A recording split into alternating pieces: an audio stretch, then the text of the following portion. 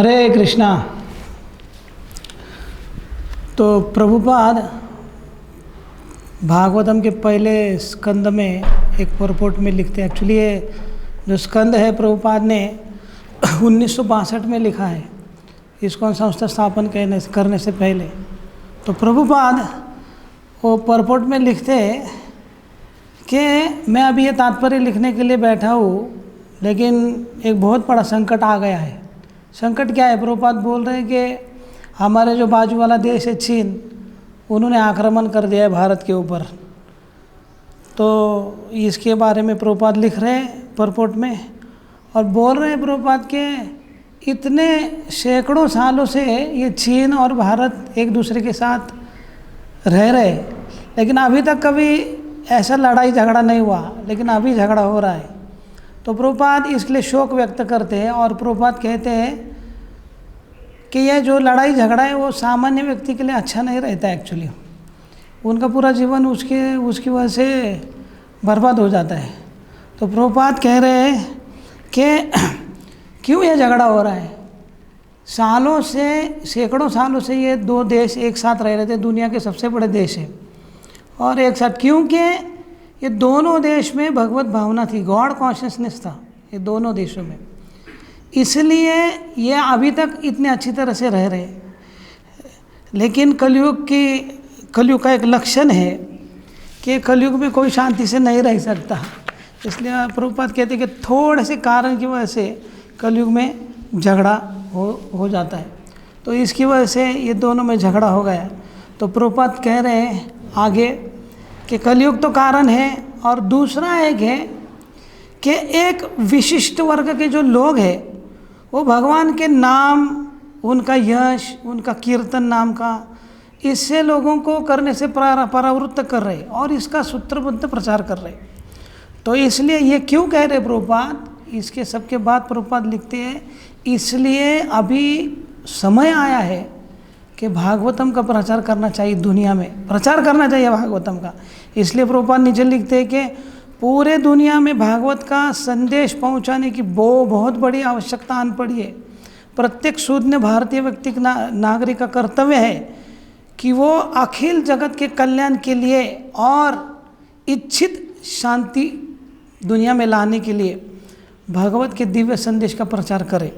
तो हम देख सकते हैं कि प्रभुपाद के हृदय में प्रचार करने की बहुत तीव्र इच्छा थी और उन्होंने अपना पूरा जीवन प्रचार करने में लगा दिया। और आगे प्रभुपाद कहते हैं कि क्योंकि भारत ने अपनी जो जिम्मेदारी है, अपना महत्वपूर्ण कार्य है, उसकी उपेक्षा की है, भागवत का प्रचार नहीं किया, इसलिए दुनिया में सब जगह केवास हो रहा है, झगड़े हो रहे हैं, दहशतवाद फैला है। तो भारत को दोषी ठहरा है प्रभुपाद, क्योंकि अपनी जिम्मेदारी भारत पूरी नहीं कर रहा है। तो इसलिए प्रभुपाद कहते हैं कि हमको प्रचार करना चाहिए। और प्रभुपाद लिखते हैं कि मुझे ऐसा विश्वास है, प्रभुपाद लिखते हैं परपोर्ट में कि मुझे ऐसा विश्वास है कि अगर हम भागवत का संदेश दुनिया के सारे नेताओं के तक पहुंचाएंगे तो उनके हृदय में परिवर्तन हो जाएगा और उनका परिवर्तन देख के पूरी जनसामान्य लोग हैं उनका भी हृदय परिवर्तन हो जाएगा। तो प्रभुपाद लिखते थे our preaching should be focus on the leaders, one moon is better than million stars. तो ऐसा प्रभुपाद ने लिखा और प्रभुपाद ने आगे जाके ऐसा ही किया। जब प्रभुपाद प्रचार करने के लिए निकले, इस्कॉन स्थापन करने से पहले प्रभुपाद लाल बहादुर शास्त्री को मिले थे, जो हमारे भारत देश के पंत प्रधान थे, और उनको जाके उन्होंने प्रयास किया था कि आप ये गीता पढ़ो, भागवत पढ़ो और इसमें मदद करो। बाद में प्रभुपाद ने इंदिरा गांधी को भी मिले प्रभुपाद, और इंदिरा गांधी के पास तो पूरा ऐसा चार्ट लेके गए थे प्रभुपाद, और सिस्टमेटिक उनके पास उन प्रभुपाद को पता था, उनको बताना चाहते थे कि इस तरह से हम दुनिया में और हमारे देश में शांति ला सकते हैं। इस तरह से जब प्रभुपाद अमेरिका में भी गए तो भी उधर जाके उनके अध्यक्ष को प्रभुपाद ने लेटर लिखा, और लेटर में लिखा कि हम यहाँ आए, मैं इधर आया हूँ और ये इस्कॉन संस्था की स्थापना की है और उसके ज़रिए मैं भागवत ग्रंथ का प्रचार करना चाहता हूँ।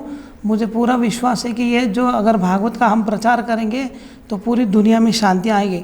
तो कृपा करके आप हमें मदद करो इस तरह से प्रभुपाद को पूरा विश्वास था कि दुनिया के जो लीडर है उनको हम भागवत का प्रचार करेंगे दुनिया में, तो दुनिया में शांति आएगी। जब मॉरिशस में भी गए प्रभुपाद तो उधर के पंत प्रधान ने उनको बुलाया था। इस तरह से प्रभुपाद ने जो लिखा था कि दुनिया के लोगों नेताओं को प्रचार करना चाहिए, उस तरह से प्रभुपाद ने अपने जीवन में दिखलाया। और आगे भी जाके प्रभुपाद ने बड़े बड़े लोगों को, समाज के प्रतिष्ठित नेताओं को प्रचार किया प्रभुपाद ने। इस तरह से प्रभुपाद का एक इच्छा था कि भागवतम का अगर प्रचार हो जाएगा तो दुनिया में शांति आएगी। और प्रचार करने के लिए प्रभुपाद और एक कारण बताते। एक तो बताते कि हमारा जो इच्छा है, पूरी दुनिया का इच्छा है दुनिया में शांति प्रस्थापित हो, लेकिन किसको पता नहीं है। तो प्रभुपाद बोले थे भागवत का प्रचार करो, दुनिया में शांति आएगी।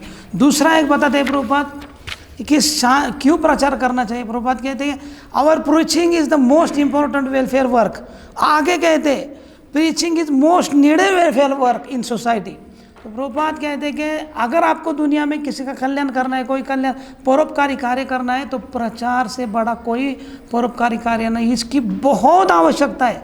जब गांधी जी को मिले थे प्रभुपाद तो गांधी जी को बोले थे अरे आप अभी देश स्वतंत्र हो गए हैं, आप ये भगवत गीता लो, पूरा भारत आपका दीवाना है, पूरे भारत के लोग आपको फॉलो कर रहे हैं। आज दुनिया में शांति स्थापन करने के लिए भगवत गीता की आवश्यकता है, संदेश की। तो कृपा करके आप दुनिया को बताओ, ये आप पढ़ो और प्रचार करो। इस तरह से प्रभुपाद के हृदय में प्रचार की बहुत एक ज्वालामुखी जैसा था प्रभुपाद के हृदय में, और प्रभुपाद ने वो करके दिखाया। तो इस तरह से ये प्रभुपाद के जो भी प्रभुपाद के परपोट पढ़ेगा, तात्पर्य पढ़ेगा, वो चुप नहीं बैठ सकता है। तो आज प्रभुपाद का जो 125वां आविर्भाव तिथि मना रहे हम, तो मैं प्रभुपाद को बहुत धन्यवाद देना चाहता हूँ कि उन्होंने इतने अच्छे परपोट हमको दिए, जो हमारी सांस है, हमारा प्रेरणा है, हमारा जीवन है।